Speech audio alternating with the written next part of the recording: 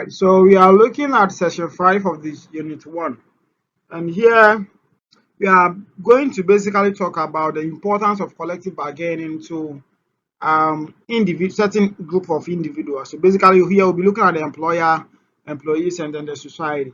So at the end of this session, we should be able to explain the benefit to both the employees, the employer, and then that of the society. Now, benefits of collective bargaining to employers. So here there's supposed to be employers here, there's supposed to be employers. So here is employers. Collective bargaining benefit to employers. So we are saying that one of the benefits of collective bargaining to employers is that it improves or it improves wages and working conditions. Yes, it helps them to improve what wages and working conditions. So when they are embarking on collective bargaining, they are actually embarking on that particular journey for them to be able to increase the wages and working conditions so that the employees can also comfortably work to help them achieve their objectives or their goal at the end of the day. And again, it enables equality of employees. So the establishment of collective bargaining help the employers to ensure equity in terms of the treatment of employees, in terms of the wages, the insurance, and other allowances and all that. There are several instances where employers find themselves involving in biases as a result of all these issues. And therefore, when there is a collective bargaining, where people sat on the round table and make a discussion as to what is equal and what is not equal pertaining to several groups of employees. All right. Then the third one is saying that it helps build trust and mutual respect between employers. So that is it. It helps to build trust. So this is trust. And the word mutual, it helps to build trust. Mutual is not a one-sided something.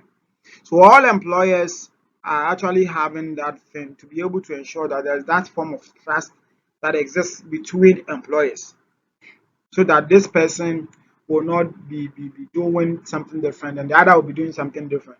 Then it also contributes to stable and productive labor relations. Of course, when all these things that have been discussed are in there, when all these things that are discussed are in there, it helps to be able to ensure or it ensures stable and productivity among labor relations. So that is another form of collective bargaining, another benefit of collective bargaining. And also it helps the employers to be able to establish minimum wages and working conditions in an industry or branch of what industry. Now we move on to the benefit to the employees. Benefit to the employees. So one, collective bargaining increases the strength. It increases the strength of workforce by increasing their bargaining capacity as a group. So when there's they have the power or the ability to um, embark on collective bargaining, it helps them to increase their strength as a workforce. But when there is no opportunity given to them, they become paralyzed, or in other words, they are marginalized, and therefore there are certain things they are not able to do within their capacity. But when all these things they have the opportunity to embark on the bargaining and all that, it increases their bargaining capacity as a group. And again, collective bargaining increases the morale.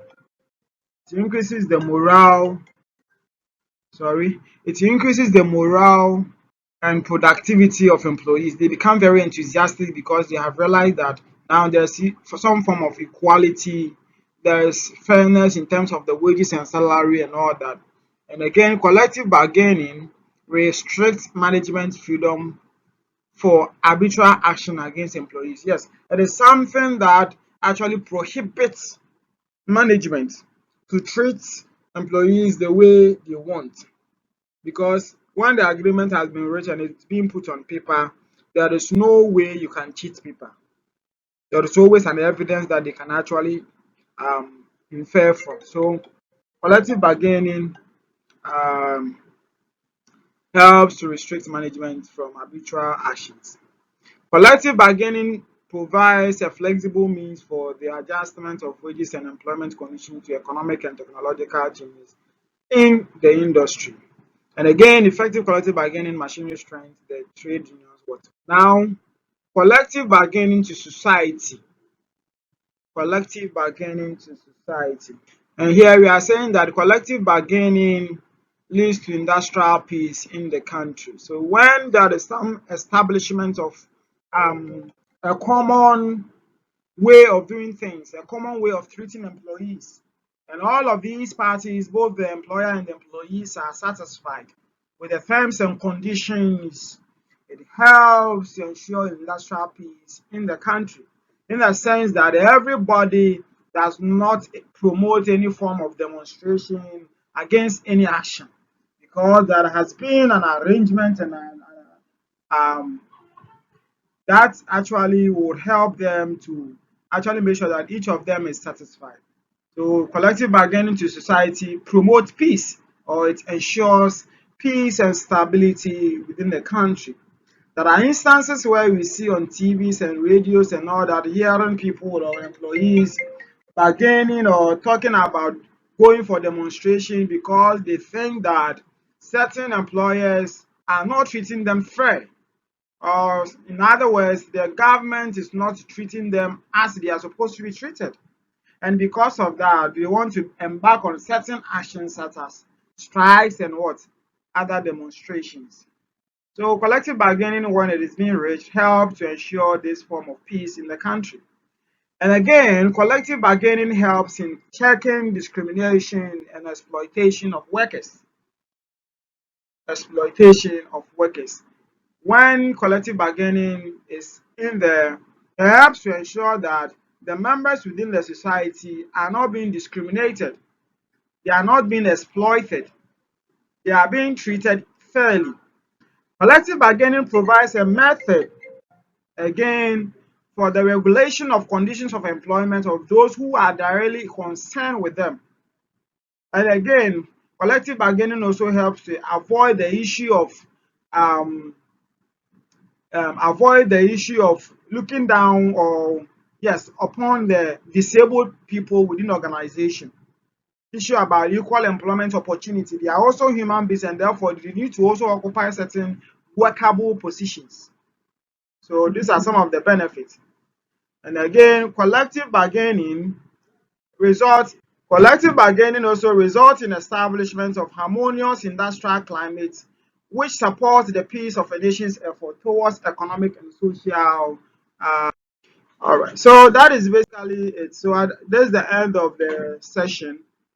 This is the end of the session. So we have talked about collective bargaining and its importance to the various individuals, such as the community, the society, employers, and then that of. Thank you. So these are some form of assessment.